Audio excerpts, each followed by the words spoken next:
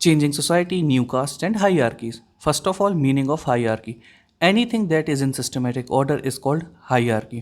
आप लाइफ के various aspect में इस शब्द को यूज़ कर सकते हैं. यहाँ पर हाइरार्की का मीनिंग निकल कर सामने आता है जाति से.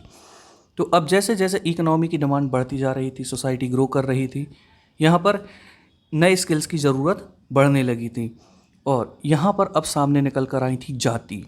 क्या थी ये जाति? सबसे पहले ग्रुप में डिवाइड किया गया था. किसके? वर्ण के. फिर इसी ग्रुप में एक नया सब ग्रुप आ चुका था और उन्हें कहा गया जाति.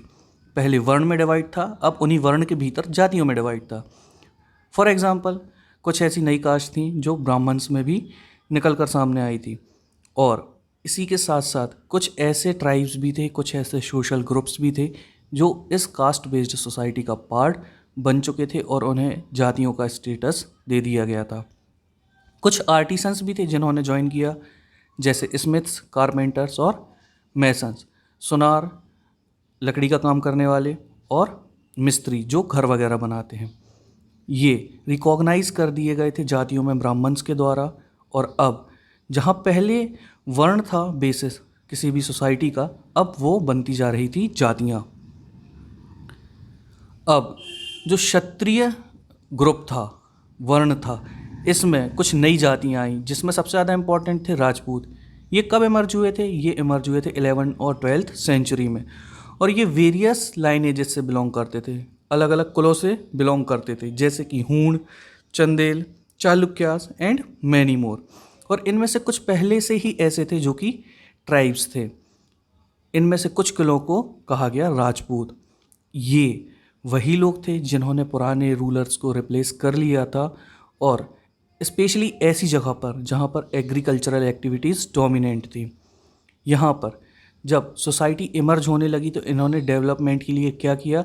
इन्होंने अपनी वेल्थ को भी यूज़ किया ताकि वो अपने स्टेट्स को और भी ज़्यादा पावरफुल कर लें. तो यहाँ पर अब जो ट्राइबल पीपल थे उनके सामने एक एग्जाम्पल सेट हो रहा था राजपूत का.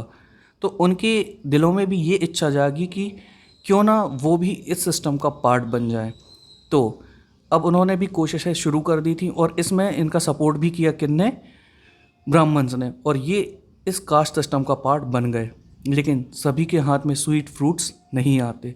इनमें से कुछ ही ऐसे ट्राइब्स थे जो रूलिंग क्लास का पार्ट बन पाए और जो मेजॉरिटी ऑफ ट्राइब्स थी ये लोअर जातीज़ में चली गई, ये नीची जातियों में चली गई. इसी के साथ साथ कुछ ऐसी डोमिनेंट ट्राइब्स भी थी जो पंजाब, सिंध और नॉर्थ वेस्ट फ्रंटियर में रहा करती थी. लेकिन इससे पहले कि ये इसका पार्ट बन पाते, इससे पहले ही ये इन्हें इस्लाम में कन्वर्ट कर दिया गया था. अब क्योंकि ये इस्लामिक पीपल बन चुके थे तो डेफिनेटली ये क्या करने वाले थे? इस कास्ट सिस्टम को रिजेक्ट करने वाले थे. यहाँ पर उन्होंने ये कहा कि ये जो सिस्टम है ये उन्हें एक्सेप्ट नहीं है और वो इसे एक्सेप्ट नहीं करेंगे. यहाँ पर जो स्टेट्स का इमरजेंस होता है ये काफ़ी क्लोजली रिलेटेड है इन्हीं ट्राइबल पीपल के सोशल चेंजेस से. इसी के दो एग्जांपल आपको आगे चलकर मिलने वाले हैं, एक अहोम्स का और एक गोंड्स का. अ क्लोज़र लुक. यहाँ पर हम बात करने वाले हैं गोंड्स के बारे में और अहोम्स के बारे में और हम इसकी शुरुआत करते हैं गोंड्स के साथ. फर्स्ट ऑफ ऑल ये ट्राइब्स थी तो कहाँ रहने वाली थी? फॉरेस्टेड एरिया में. तो जिस फॉरेस्टेड एरिया में ये रहते थे उसे कहा जाता था गोंडवाना या फिर कंट्री इनहेबिटेड बाय गोंड्स. जिस रीजन में बुंदेला रहते थे उसे बुंदेलखंड कहा गया, जिस रीजन में बघेल रहते थे उसे बघेलखंड कहा गया. इसी तरह जहाँ गोंड्स रहते थे इसे गोंडवाना कहा गया. अब ये कैसी कल्टीवेशन करते थे? ये एक अलग तरीके की कल्टीवेशन करते थे जिसे कहा जाता था शिफ्टिंग कल्टीवेशन. अब शिफ्टिंग कल्टीवेशन क्या होती है? यहाँ पर सबसे पहले एक फॉरेस्ट एरिया को लिया जाता है, वहाँ के ट्रीज़ और बुशेस को काट दिया जाता है और उसे जला दिया जाता है. फिर उसी जगह पर खेती किसानी की जाती है और फिर एक टाइम ऐसा आता है जब वो लैंड अपनी फर्टिलिटी खो देती है तो ये उस जगह को छोड़कर किसी नए पीस ऑफ लैंड में जाकर इसी कल्टीवेशन को दोबारा प्रैक्टिस करने लग जाते हैं. तो ये जो गोंड ट्राइब थी ये डिवाइडेड थी छोटे छोटे क्लैंस में, छोटे छोटे किलों में और हर एक कुल का खुद का एक राजा होता था जिसे राय कहा जाता था. अब जब दिल्ली सुल्तान डिक्लाइन करने लगे थे, इसी वक्त कुछ ऐसे गोंड किंगडम थे जो काफ़ी डोमिनेंट हो चुके थे और ये एरिया को कैप्चर करते जा रहे थे। यहाँ पर इनका मेंशन अकबरनामा में भी है, जो कि अकबर की हिस्ट्री है। यहाँ पर मेंशन किया गया है कि जो गोंड किंगडम था, इसे क्या कहा जाता था? इसे कहा जाता था गढ़कटंगा। इसमें 70,000 विलेजेस थे और इनका जो एडमिनिस्ट्रेटिव सिस्टम था ये सेंट्रलाइज्ड था। मतलब यहाँ पर जो राजा का ऑर्डर होता था वो अंतिम एवं सर्वमान्य होता था, उसे कोई भी रिजेक्ट नहीं कर सकता था। अब इनका किंगडम जो था ये डिवाइडेड था किसमें? गढ़ में। गढ़, आप ऐसे समझिए कि जो हमारा इंडिया है स्टेट में डिवाइडेड है। तो जो ये गोंडवानास थे, ये जो गोंड थे, इनके जो स्टेट थे इसे गढ़ कहा गया। अब जो हर एक गढ़ है ये कंट्रोल किया जाता था एक पर्टिकुलर गोंड क्लैन के द्वारा, एक पर्टिकुलर गोंड के कुल द्वारा। इसी के साथ साथ अब ये जो गढ़ था ये भी डिवाइडेड था किसमें? 84 विलेजेस में, जिसे 84 कहा जाता था। जिस तरह से हमारा स्टेट डिवाइडेड होता है डिस्ट्रिक्ट में, इनके जो गढ़ थे ये 84 में डिवाइडेड थे और हर एक 84 का सब डिवाइड भी होता था, जिसे बरहौत कहा जाता था और इसमें 12 विलेजेस होते थे। जैसे हमारे यहाँ डिस्ट्रिक्ट में वार्ड्स होते हैं, उसी तरह 84 में बरहौत्स होते थे जिसमें 12 विलेजेस होते थे। अब आगे क्या हुआ कि जब इनका इमरजेंस हुआ और ये काफ़ी पावरफुल हुए, तो ये क्या चाहते थे कि इनका नाम बढ़ना शुरू करे। इसी वजह से ये जो सिस्टम था इनका, जहाँ पर इक्वल सोसाइटी होती थी, ये डिवाइड होना शुरू हो गई अनइक्वल सोशल क्लासेस में। यहाँ पर इन्होंने ब्राह्मण्स को काफ़ी लैंड ग्रांट्स भी दिए, जो कि दिए थे गोंड राजाओं ने, और इसी वजह से ये जो ब्राह्मण्स थे ये काफ़ी इन्फ्लुएंशियल हो चुके थे। और ये जो गोंड थे, ये जो ट्राइब थी, ये भी अपना नाम ऊंचा करना चाहती थी। तो इन्होंने भी सोचा कि क्यों ना अब ये राजपूत क्लैन में कन्वर्ट हो जाएं। तो इसी को लेकर अमनदास, जो कि एक गोंड राजा था गढ़कटंगा का, इसने एक टाइटल एज्यूम किया। कौन सा टाइटल था वो टाइटल था संग्राम शाह का। और फिर इसी के साथ साथ उसने अपने बेटे दलपत की शादी करवा दी सालबाहन, जो कि चंदेल राजपूत राजा थे महोबा के, उनकी बेटी के साथ, जिनका नाम था दुर्गावती। लेकिन अनफॉर्चुनेटली जो दलपत होते हैं उनकी जो डेथ है वो ज़्यादा जल्दी हो जाती है। लेकिन रानी दुर्गावती, जो कि एक रियल राजपूत थी, उन्होंने काफ़ी अच्छे से किंगडम को संभाला। वो काफ़ी कैपेबल थी और उनके साथ में उनका 5 साल का बेटा भी था जिसका नाम था वीर नारायण। इनके अंदर जो किंगडम था ये काफ़ी ज़्यादा एक्सटेंसिवली फैला, काफ़ी ग्रो कर रहा था। लेकिन टाइम आता है 1565 का और यहाँ पर मुग़ल फोर्सेस की नज़र इनके किंगडम पर पड़ जाती है और असफ़ खान, जो कि मुग़ल फोर्सेस को लीड कर रहा था, इन्होंने गढ़कटंगा पर अटैक कर दिया। रानी दुर्गावती, इन्होंने काफ़ी स्ट्रॉन्ग रेजिस्टेंस दिया था असफ़ खान को, लेकिन वो इतनी कैपेबल नहीं थी कि उसे हरा पाती। लेकिन यहाँ पर प्राउड की बात यह है कि उन्होंने यहाँ पर सरेंडर नहीं किया, बल्कि मौत को गले लगा लिया और इसी तरह से इनके बेटे की भी मौत यहाँ पर हो जाती है। अब गढ़कटंगा की इकनॉमी के बारे में बात करते हैं। गढ़कटंगा एक काफ़ी रिच स्टेट था और इसकी सबसे ज़्यादा जो अर्निंग होती थी वो कहाँ से होती थी? इनके यहाँ पर ये एलिफेंट्स को ट्रैप करते थे और दूसरे जो किंगडम्स हैं वहाँ पर एक्सपोर्ट कर देते थे। जब मुग़लों ने गोंड्स को हराया तो यहाँ पर इन्हें काफ़ी सारी धन, काफ़ी सारी दौलत मिली। दे कैप्चर्ड अ ह्यूज बूटी of precious coins and elephants, और इसी के साथ साथ इन्हें यहाँ पर काफ़ी सारे एलिफेंट्स भी मिल गए थे। इसके बाद जब इन्होंने लूट मार मचा ली तो जो बचा कुचा था वो वीर नारायण के अंकल चंद्र शाह को दे दिया था।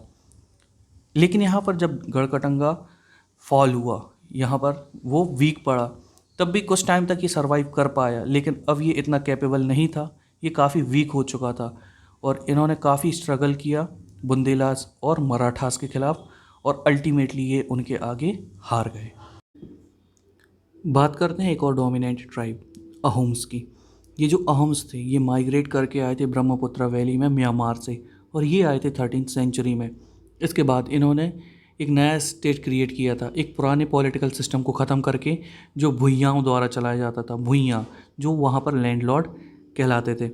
इसी के साथ साथ जब 16th सेंचुरी आई तो इन्होंने दो इम्पॉर्टेंट किंगडम्स को हराकर उसे अनेक्स कर लिया। 1523 में चूटियास का और 1581 में हौत कौच हाजो का। इसी के साथ साथ वहाँ पर जो ट्राइब्स रहती थी वो भी इनके डोमिनेंस में आ चुकी थी, इनका किंगडम बढ़ चुका था। अब यहाँ पर अहोम्स ने काफ़ी बड़ा स्टेट बना लिया था। 1530s में वो फायर आर्म्स यूज़ करने लग गए थे। आप ये सोचिए, ये ट्राइब्स हैं और इनके पास ये टेक्नोलॉजी आना शुरू हो चुकी थी। तो 1530 में इन्होंने फायर आर्म्स यूज़ किए और 1660s आते आते ये इतने एफिशिएंट हो चुके थे कि ये बहुत ही बेहतरीन क्वालिटी का गन पाउडर और कैनन्स मतलब तोप बनाने में सक्षम हो चुके थे। इसी के साथ साथ कोई भी किंगडम इजीली नहीं चलता, तो यहाँ भी इन्वेजन्स शुरू हो चुके थे। तो इन्हें सबसे पहला जो इन्वेजन फेस करना पड़ा वो आया था साउथ वेस्ट से। साउथ वेस्ट मतलब वो एरिया जो कि आज आता है उड़ीसा में और झारखंड में। तो यहाँ पर अटैक किया था मुग़लों ने और इन्हें लीड कर रहा था मीर जुमला। यहाँ पर जो अहोम्स थे ये काफ़ी ब्रेवरी के साथ लड़े।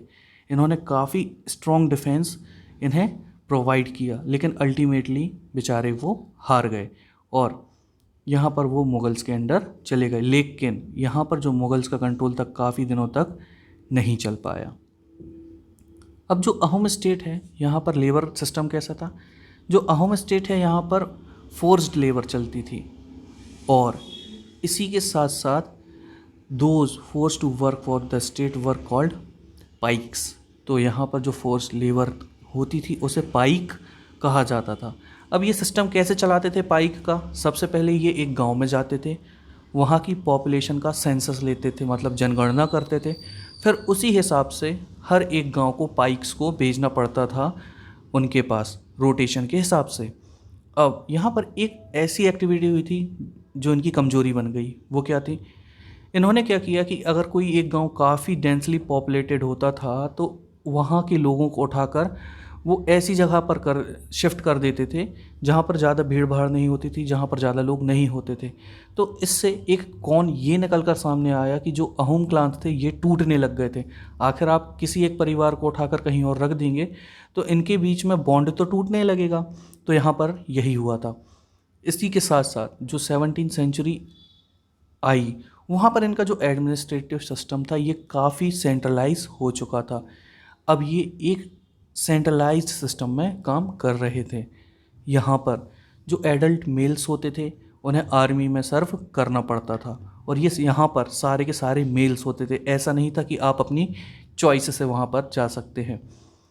कुछ ऐसे लोग भी थे जो डैम्स को बिल्ड करने के काम में लगे हुए थे, इरिगेशन सिस्टम्स में लगे हुए थे और कुछ दूसरे तरीके के पब्लिक वर्क्स में लगे हुए थे। यहीं पर अहोम्स ने कुछ नई मेथड्स भी इंट्रोड्यूस की थी राइस कल्टीवेशन की। अहोम सोसाइटी जो थी ये कुछ क्लैंस में डिवाइड कर दी गई थी और इन्हें कहा जाता था खेल। अहोम किंगडम में जो आर्टिसंस थे ये बहुत कम होते थे। जो अहोम क्लैंस थे ये बहुत ज़्यादा एफिशिएंट आर्टिसन नहीं थे, इसीलिए जो आर्टिसंस की ज़रूरत थी ये नेबरिंग किंगडम से पूरी हुआ करती थी। अब ये जो खेल थे मतलब ये जो अहोम सोसाइटी डिवाइड हुई थी जिन क्लैंस में जिन्हें खेल कहा गया, ये खेल बहुत से गांव को, बहुत से विलेजेस को कंट्रोल किया करते थे। अब यहाँ पर अगर कोई एक पीजेंट है और उसे खेती किसानी करनी है तो उसे लैंड मिलती थी विलेज कम्युनिटी के द्वारा और ये जो विलेज कम्युनिटी होती थी ये इतनी स्ट्रांग होती थी कि राजा भी बिना इनके कंसेंट के उस जगह को छू भी नहीं सकता था। ओरिजिनली जो अहोम्स थे ये अपने ट्राइबल गॉड्स की पूजा किया करते थे। इसी के साथ साथ 17th सेंचुरी के फर्स्ट हाफ में यहाँ पर ब्राह्मण्स का इन्फ्लुएंस देखने मिलने लगा और धीरे धीरे बढ़ने लगा। टेम्पल्स को और ब्राह्मण्स को लैंड ग्रांट मिलने लगी और 1714 के टाइम पर यहाँ पर जो शिव सिंह है इसका इन्फ्लुएंस बना और एक काफ़ी डोमिनेंट किंगडम यहाँ पर इन्होंने इस्टेब्लिश करके हिंदुइज़्म को डोमिनेंट कर दिया। लेकिन फिर भी जो अहोम किंग्स थे इन्होंने पूरी तरह से अपनी ट्रेडिशनल वैल्यूज़ को लूज़ नहीं किया था even after adopting the Hinduism. जो अहोम सोसाइटी थी ये काफ़ी सोफेस्टिकेटेड थी, यहाँ पर जो पोइट्स होते थे, स्कॉलर्स होते थे, इन्हें लैंड ग्रांट्स दी जाती थी।